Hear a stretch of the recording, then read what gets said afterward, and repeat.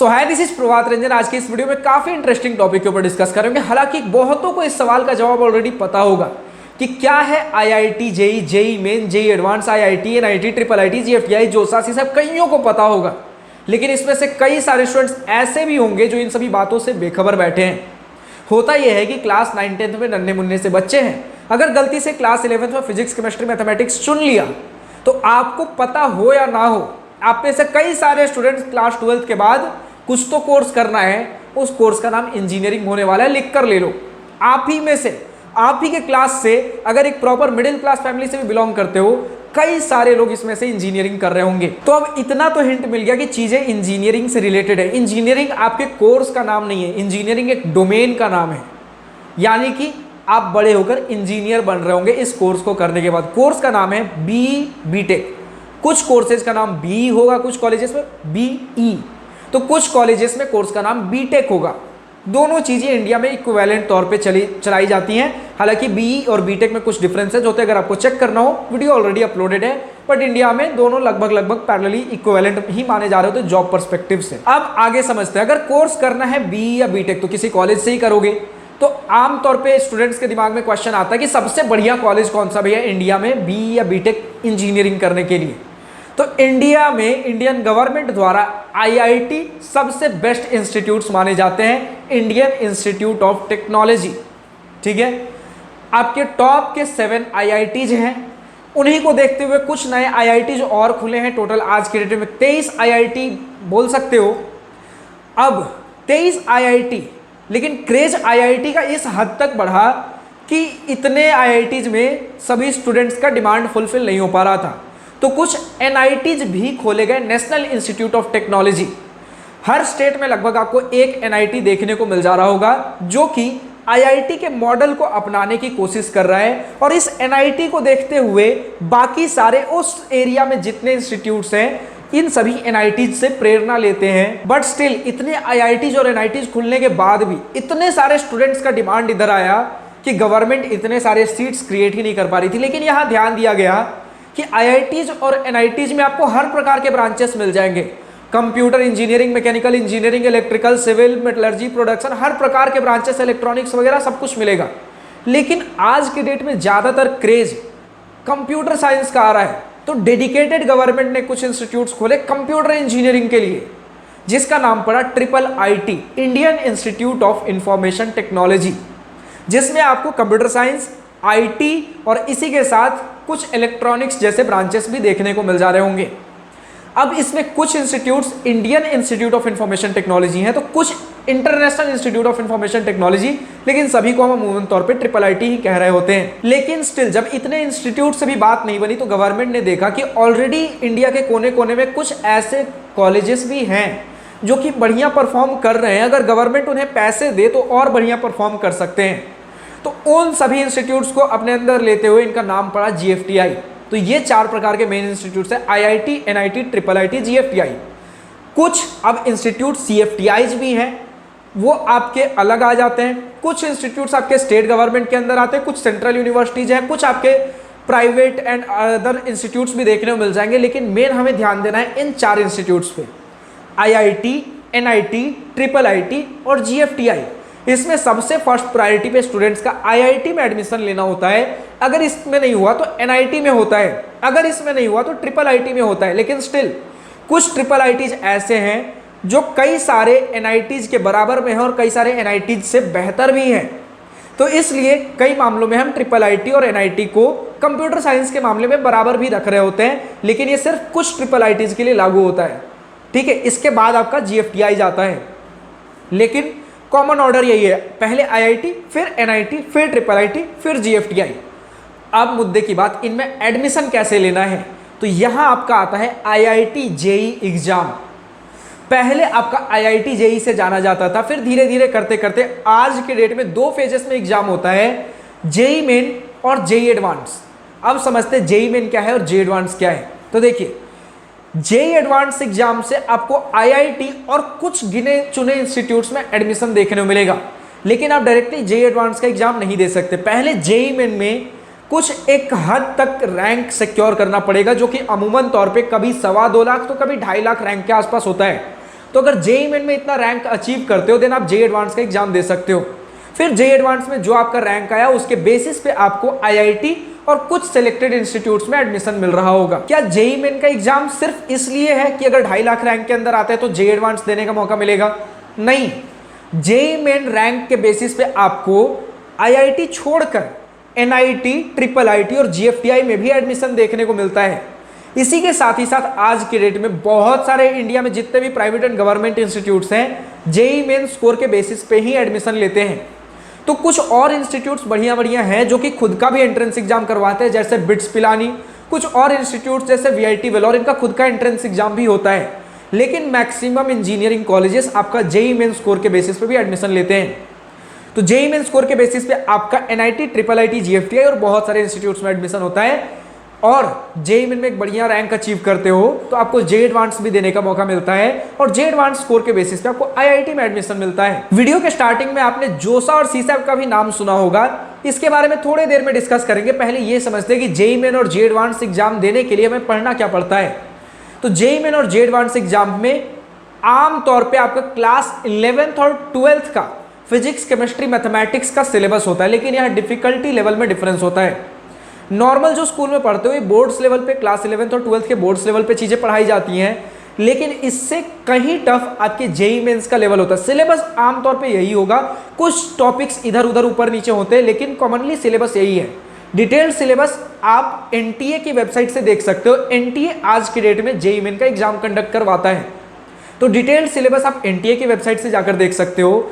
लेकिन अमूमन तौर पे मोटा मोटी आपको क्लास 11th और 12th का सिलेबस पढ़ना है, फिजिक्स, केमिस्ट्री और मैथमेटिक्स का।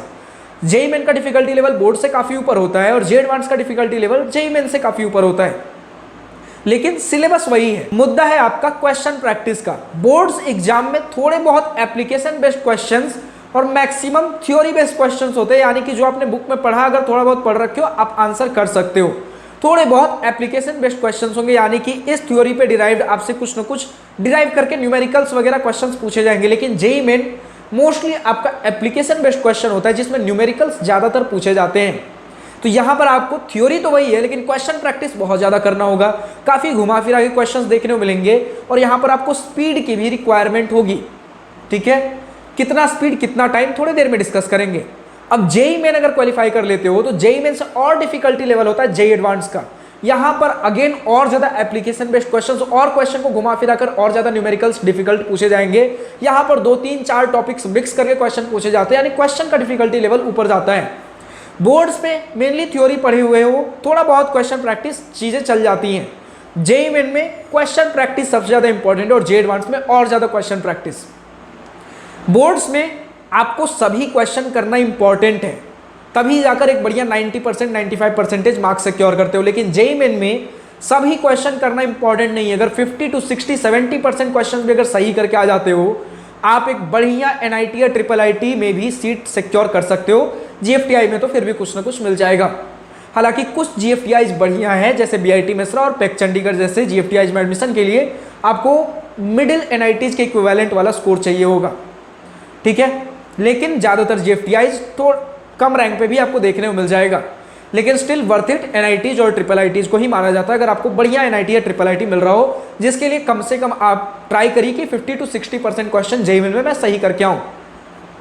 बोर्ड्स में आपको कोई नेगेटिव मार्किंग देखने को नहीं मिलता, लेकिन जेईई में आपको नेगेटिव मार्किंग देखने को मिल रहा होगा। 2 सेक्शन में जेईई का आज के डेट में पेपर आता है। पहली बात, फिजिक्स, केमिस्ट्री, मैथमेटिक्स, अलग अलग 3 सेक्शन होगा। हर एक सब्जेक्ट के अंदर 2-2 सेक्शन होगा। पहला फिजिक्स का सेक्शन, जैसे मतलब फिजिक्स, केमिस्ट्री, मैथमेटिक्स तीनों में पैटर्न सेम होगा। जैसे फिजिक्स का अगर एग्जांपल ले ले तो पहला 20 क्वेश्चन आज की डेट में आपका मल्टीपल चॉइस क्वेश्चन आता है, जिसमें आपको 4 ऑप्शन दिए जाएंगे, सही ऑप्शन में टिक लगाना है। अभी आपका नॉर्मल एमसीक्यू नहीं होता कि बस देखा और टिक लग गया, आपको न्यूमेरिकल मिलेगा, सॉल्व करना है, देन टिक लगाना है। इसके बाद 10 क्वेश्चन आज की डेट में आपको न्यूमेरिकल वैल्यू या इंटीजर वैल्यू क्वेश्चन मिलेंगे, जिसमें से कोई 5 अटेम्प्ट करना है आपको। ठीक है, अब इसमें कोई ऑप्शन नहीं मिलेगा, आपको प्रॉपर सही आंसर कैलकुलेट करना है एंड देन फिल करना है। जो मल्टीपल चॉइस क्वेश्चन होगा 20 क्वेश्चन, इसमें सही जवाब करने के 4 मार्क्स मिलते हैं और गलत जवाब के -1 मार्क्स। यहीं पर आपको अगर न्यूमेरिकल वैल्यू की बात कर लें, देन यहां पर आपका कोई नेगेटिव मार्किंग नहीं होता, बस सही जवाब हुआ तो 4 नंबर देखने को मिल रहा होगा। अगर क्वेश्चन छोड़ देते हो चाहे मल्टीपल चॉइस क्वेश्चन या न्यूमेरिकल वैल्यू, देन 0 मार्क्स उस पर्टिकुलर क्वेश्चन का। फिजिक्स, केमिस्ट्री, मैथमेटिक्स, तीनों में से आपका कंबाइंड जो भी स्कोर आता है, फिजिक्स में मान लेते हैं 20 मार्क्स, केमिस्ट्री में 10 मार्क्स और मैथमेटिक्स में मान लेते हैं 50 मार्क्स, देन आपका कितना, लगभग 80 नंबर बना ना, तो ये आपका टोटल जेईई मेन का स्कोर बनेगा। इसके बेसिस पे आपका परसेंटाइल निकलता है। परसेंटाइल मतलब कि टोटल नंबर ऑफ स्टूडेंट्स में आप किस जगह पे लाई कर रहे हो, उसके बेसिस पे आपका रैंक कैलकुलेट होता है। टोटल आपको 3 घंटे एग्जाम के लिए देखने को मिलते हैं। आमतौर पे आपका हर साल जेईई मेन का 2 पेपर आज के डेट में कंडक्ट करवाया जाता है, एक जनवरी में, एक अप्रैल में। रफ डेट यही रहता है आपका, जिसके एप्लीकेशन फॉर्म्स लगभग 1 महीने पहले हमें देखने को मिलते हैं। आप चाहो तो दोनों एग्जाम्स दे सकते हो या इनमें से कोई भी एक एग्जाम दे सकते हो। अगर दोनों एग्जाम देते हो तो दोनों में से जिसमें भी बढ़िया आपका स्कोर रहता है उसे कंसिडर किया जाता है। तो इतना कुछ जेईई मेन के बारे में हो गया। अब जैसा मैंने बताया कि जेईई मेन में अगर 60% क्वेश्चंस भी सही करके आ जाते हो देन आपका ठीक ठाक रैंक बन जाएगा, लेकिन जितना ज़्यादा से ज़्यादा करो उतना और बढ़िया ऑप्शंस आपको देखने को मिलेगा, उतना और बढ़िया कॉलेजेस मिलेगा। लेकिन इसका मतलब यह है कि मान लेते हैं आपका प्रिपरेशन लेट से चालू हुआ है, तो आप खुद से 60 to 70% सिलेबस फिगर आउट करिए, उतने में भी प्रिपरेशन चालू कर सकते हो। बोर्ड्स की तरह एक एक क्वेश्चन करना जरूरी नहीं होता। अगर एक एक क्वेश्चन करने जेईई मेन में बैठे तो जो डिफिकल्ट क्वेश्चन है उसी में आपका सारा टाइम निकल जाएगा। तो जितना क्वेश्चन प्रैक्टिस शुरू में करे रहोगे, आपको पहले से पता होगा कि किन क्वेश्चन को छोड़ना है, क्या मैं छोड़ने के लिए एलिजिबल हूं या नहीं, क्या मेरा इतना सफिशिएंट प्रैक्टिस है कि मैं हर एक क्वेश्चन कर पाऊंगा टाइम लिमिट में, क्योंकि टाइम लिमिट भी होता है यहाँ पर, ये जरूरी बात है। अब आते हैं जेईई एडवांस पे। जेईई एडवांस में और कम स्कोर पे अगर 50% पेपर भी सॉल्व करते हो, आप एक अच्छे आईआईटी में अच्छा सीट सिक्योर कर सकते हो। तब यहाँ इंपॉर्टेंट ये होता है कि जेईई मेन में आप फिगर आउट करिए कि कौन सा आपका स्ट्रॉन्ग चैप्टर्स था, उन्हीं के ऊपर प्रिपरेशन करिए जेईई एडवांस में, ठीक है। और उनके ऊपर, अब इसका कोई पर्टिकुलर पैटर्न नहीं होता, हर साल आपका कुछ फिल इन द ब्लैंक्स, जैसे कुछ कभी क्वेश्चंस आ जाते, कभी आपका मल्टीपल करेक्ट क्वेश्चंस में भी आपका लाइक कुछ सिंगल करेक्ट आंसर होंगे, किसी में मोर देन 1 करेक्ट आंसर होंगे, सब्जेक्टिव आंसर, बहुत अलग अलग तरीके के आपको आंसर्स देखने को, कभी भी इसका कोई फिक्स पैटर्न नहीं है जेईई एडवांस का। हालांकि आज की डेट में थोड़ा फिक्स पैटर्न होते जा रहा है, लेकिन स्टिल बहुत सारे वैरायटी टाइप ऑफ क्वेश्चंस देखने को मिलेंगे, जो कि आप जेईई एडवांस का पीवाईक्यू उठाओ आपको देखने को मिल जाएगा। लेकिन स्टिल यहाँ भी आपको नेगेटिव मार्किंग देखने को मिलता है। और ये आपको पर्टिकुलर जेईई एडवांस का जब पेपर आएगा, जब भी आप जिस साल का पेपर दे रहे हो, आपको देखने को मिल जाएगा कि किस सेक्शन में कितना नेगेटिव मार्किंग है, सही करूंगा तो कितना नंबर मिलेगा, गलत करूंगा तो कितना नंबर कटेगा, वो उस सेक्शन में लिखा रहेगा। अब जैसा मैंने बताया कि जेईई मेन का पेपर एनटीए सेट कर रहा है आज की डेट में, पहले सीबीएसई करता था, आज की डेट में एनटीए कर रहा है। लेकिन जेईई एडवांस का पेपर आपका आईआईटी कंडक्ट करता है। हर साल अलग अलग आईआईटी को ये टास्क मिलता है। टोटल टॉप 7 आईआईटी जो हमारे हैं, पुराने वाले 7 आईआईटीज, उनमें से हर साल अलग अलग आईआईटीज कंडक्ट कराती हैं। तो अमूमन तौर पे पैटर्न भी देखा जाता है कि इस साल कौन सी आईआईटी कंडक्ट करवा रही है, पहले जब इस आईआईटी ने कंडक्ट कराया था तो कैसा पेपर आया था।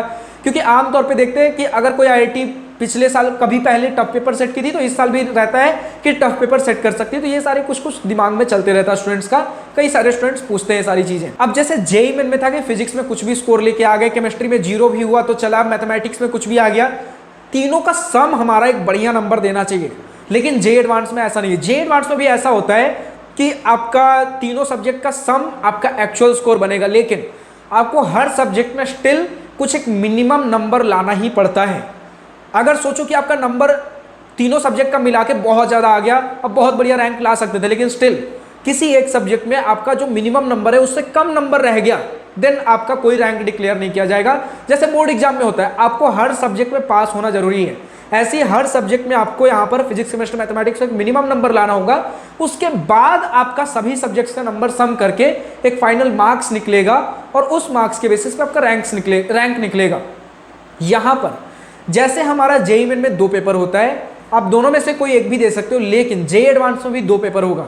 अब ये दोनों पेपर ऐसा नहीं है कि जैसे जेईई मेन 1 जनवरी में 1 अप्रैल में, ऐसा नहीं। जेईई एडवांस का दोनों पेपर एक ही दिन होगा, जो कि अमूमन तौर पे मई के महीने में होता है। जस्ट आपका जो जेईई मेन का सेकंड पेपर है अप्रैल में, उसके 1 महीने बाद आपका जेईई एडवांस का पेपर होगा। जिस दिन आपका डेट आएगा उसी दिन सुबह आपका एक पेपर कंडक्ट होगा और शाम में एक पेपर कंडक्ट होगा। दोनों पेपर देना जरूरी है और दोनों पेपर के स्कोर को ऐड किया जाता है, तब जाके आपका एक फाइनल रैंक निकल कर आ रहा होता है। ये हो गया एग्जाम का फंडा। अब जब भी जेईई मेन या जेईई एडवांस जिसका भी रैंक आएगा, इसमें आपको एक CRL रैंक मिलता है, यानी कॉमन रैंक लिस्ट। जितने भी स्टूडेंट्स ने एग्जाम दिया था उनमें आपका क्या रैंक बना, एक जेईई मेन का रैंक आएगा और एक जेईई एडवांस का रैंक आएगा। जेईई एडवांस के बेसिस पे आप आईआईटीज में अप्लाई कर सकते हो, और जेई मेन के बेसिस पे बाकी सारे इंस्टीट्यूट्स में अप्लाई कर सकते हो। अब यहाँ पर सीआरएल रैंक के साथ ही साथ आपको कैटेगरी रैंक भी देखने को मिलता है, जो कि होता है आपका जनरल हो वो आपका सीआरएल रैंक ही हो गया। ओबीसी का रैंक देखने को मिलेगा अगर ओबीसी एनसीएल हो तो। इसी के साथ आपका ईडब्ल्यूएस और आप बोल सकते हो एससी एसटी वगैरह डिफरेंट रैंक्स हमें देखने को मिलते हैं।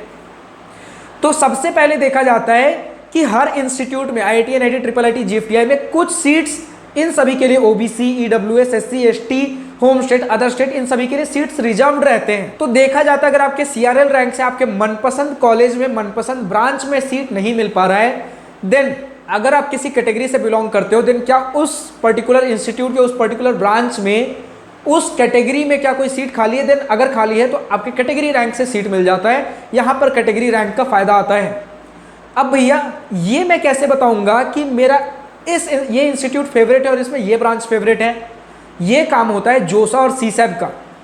जोसा आपका एक काउंसलिंग है, जोसा और सीसैब दोनों ही काउंसलिंग है जो आपको IIT, NIT, triple IT, GFTI में एडमिशन दिलवाती है। सबसे पहले काम आता है जोसा का। जोसा के अंदर IIT, NIT, triple IT, GFTI चारों आते हैं। इसके पास ऑलरेडी सभी इंस्टीट्यूट्स के लिस्ट है और आपका जेई मेन और जे एडवांस का रैंक भी होता है इसके पास। अब आपको ये ऑप्शंस देता है सभी IIT, NIT, triple IT, GFTI के सभी ब्रांचेस के। आपको प्रायोरिटी बताना होता है कि नंबर 1 पे मैं किसे रखूंगा, नंबर 2 पे किसे, नंबर 3 पे किसे, नंबर 4, 5, 6 पे किसे रखूंगा। जो नंबर 1 पे रखोगे यानी कि मेरा सबसे पसंदीदा कॉलेज है, पहले ही ट्राई करेगा, उसमें आपको सीट दिलवा दे। अगर उसमें सीट्स भर चुके then number 2, then number 3, then number 4, इस तरीके से आपका चलते जाता है। अगर जोसा में ढेर सारे राउंड्स होंगे, 6 राउंड्स होंगे, अगर जोसा के किसी भी राउंड में आपको कोई सीट नहीं मिल पाता है, देन ये आपका ट्रांसफर हो जाता है सीसैब को, अगर आपकी मर्जी हो तो। सीसैब में आपका आईआईटी नहीं पार्टिसिपेट करता, सीसैब में सिर्फ एनआईटी, ट्रिपल आईटी और जीएफटीआई आता है। इसमें अगेन आपके सीसैब में 2 राउंड्स होते हैं। अब अगर आपको कुछ सीट मिल पा रहा है देन सीसैब में मिला तो ठीक, वरना फिर आप कुछ दूसरा कॉलेज ट्राई करिए। IIT, NIT, triple IT, GFTI के अलावा भी बहुत सारे कॉलेजेस हैं जो जेईई मेन रैंक को एक्सेप्ट करते हैं। लेकिन बहुत सारे और इंस्टीट्यूट्स हैं जैसे आपका वीआईटी वेलोर, बिट्स पिलानी, बहुत सारे ऐसे इंस्टीट्यूट्स हैं जिनका खुद का अपना एंट्रेंस एग्जाम होता है। तो स्टूडेंट सेफ्टी के लिए ये सारे एग्जाम्स भी देते हैं कि अगर suppose IIT, NIT, triple IT, GFTI में कुछ बढ़िया सीट नहीं मिल रहा है, यानी जो रैंक आया कुछ सीट्स मिल ही जाएगा, लेकिन मेरे पसंद का सीट नहीं मिल रहा है, तो कुछ दूसरे एंट्रेंस एग्जाम से क्या पता मुझे कुछ बढ़िया ऑप्शन मिल जाए। इसी के साथ और भी कुछ जरूरी नहीं है कि आप प्राइवेट कॉलेज में ही लीजिए। आपका एक WBJEE का एग्जाम होता है जिसके थ्रू आप वेस्ट बंगाल के कॉलेजेस में एडमिशन ले सकते हो, private and government colleges. MHT CET है जिसके थ्रू आप महाराष्ट्र के प्राइवेट एंड गवर्नमेंट कॉलेजेस में एडमिशन ले सकते हो। कॉमेड के है जिसके थ्रू आप कर्नाटका के कॉलेजेस में एडमिशन ले सकते हो। ऐसे बहुत सारे और एग्जाम्स कंडक्ट कराए जाते हैं, तो इन सभी के बारे में भी आप चेकआउट कर सकते हो। तो ये थोड़ा ब्रीफ एंड थोड़ा डिटेल कह सकते हो IIT JEE एग्जाम के बारे में। IIT JEE कुछ नहीं है, जेईई मेन और जे एडवांस को मिलाकर हम आज के डेट में IIT JEE का एग्जाम कहते हैं, रफली एक कॉमन लैंग्वेज में, जिसमें IIT, NIT, triple IT, GFTI जैसे मेन प्रोमिनेंट कॉलेजेस में आपको जोसा और सीसैब के थ्रू जेईई मेन और जे एडवांस रैंक के बेसिस पे एडमिशन मिलता है, और जेईई मेन रैंक के बेसिस पे और बहुत सारे कॉलेजेस में भी आप एडमिशन ले सकते हो। फिलहाल आज के इस वीडियो में इतना ही। Thank you for watching this video. Good bye, nice day, wish you all the best for future, enjoy journey.